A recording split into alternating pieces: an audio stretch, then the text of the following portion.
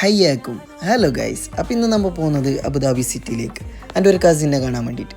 അങ്ങനെ നേരെ ബസ്സും കയറി അബുദാബി സിറ്റിയിലേക്ക്. അപ്പോൾ നമ്മൾ മീറ്റിംഗ് പ്ലാൻ ആക്കിയിട്ടുണ്ട് അബുദാബി ക്യാപിറ്റൽ ഗാർഡനിലാണ്. അപ്പോൾ പുള്ളറ ഇതാണ് ക്യാപിറ്റൽ ഗാർഡൻ്റെ ബസ് സ്റ്റോപ്പ്. ആ ഓപ്പോസിറ്റ് കാണുന്നതാണ് ക്യാപിറ്റൽ ഗാർഡൻ. അങ്ങനെ റോഡും ക്രോസ് ആക്കി കഥവും പറഞ്ഞുകൊണ്ട് നേരെ നടക്കാൻ തുടങ്ങി ക്യാപിറ്റൽ ഗാർഡനിലേക്ക്.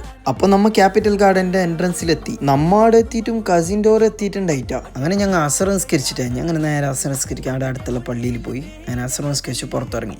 ഞങ്ങൾ പോയ സമയത്ത് മണി 4 അങ്ങനെ വലിയ ആൾക്കാരൊന്നുമില്ല വർക്കിൽ. അങ്ങനെ ഞങ്ങൾ നിസ്കരിച്ചിട്ട് വരുന്നതിൻ്റെ ഇടയിൽ കോള് വന്നു ഉറത്തി എന്ന് പറഞ്ഞിട്ട്. അപ്പോൾ ഇതാണ് എൻ്റെ കസിനെ അരിച്ച. ഇയാളെ കാണാനാണ് നമ്മൾ വന്നത്. ആ ഒന്നിച്ചുള്ളത് അരിച്ചാൻ്റെ മോള് ഐറക്കുട്ടിക്ക് നമ്മളെ കണ്ടെങ്കിൽ ഇപ്പോൾ പൊളിച്ച് തന്നെ. അപ്പോൾ എൻ്റെ പൊണ്ടാട്ടി മെഹന്തി ആർട്ടിസ്റ്റ് ആയതുകൊണ്ട് തന്നെ ഐറക്കുട്ടി മെഹന്തിയും കൊണ്ട് സെറ്റായിട്ട് വന്നു. അങ്ങനെ ഓളെ കൈക്ക് മെഹന്തി വെക്കാൻ തുടങ്ങി. ഒരു കൈക്ക് വെച്ചിട്ട് അമ്മൻ്റെ ഓള് പറയുന്ന ഓളെ മറ്റേ കൈക്കും വെക്കണമെന്ന്. അങ്ങനെ ഓള് 2 കൈക്കും വെച്ച് കൊടുത്തു. അങ്ങനെ ഐറക്കുട്ടി ഹാപ്പി.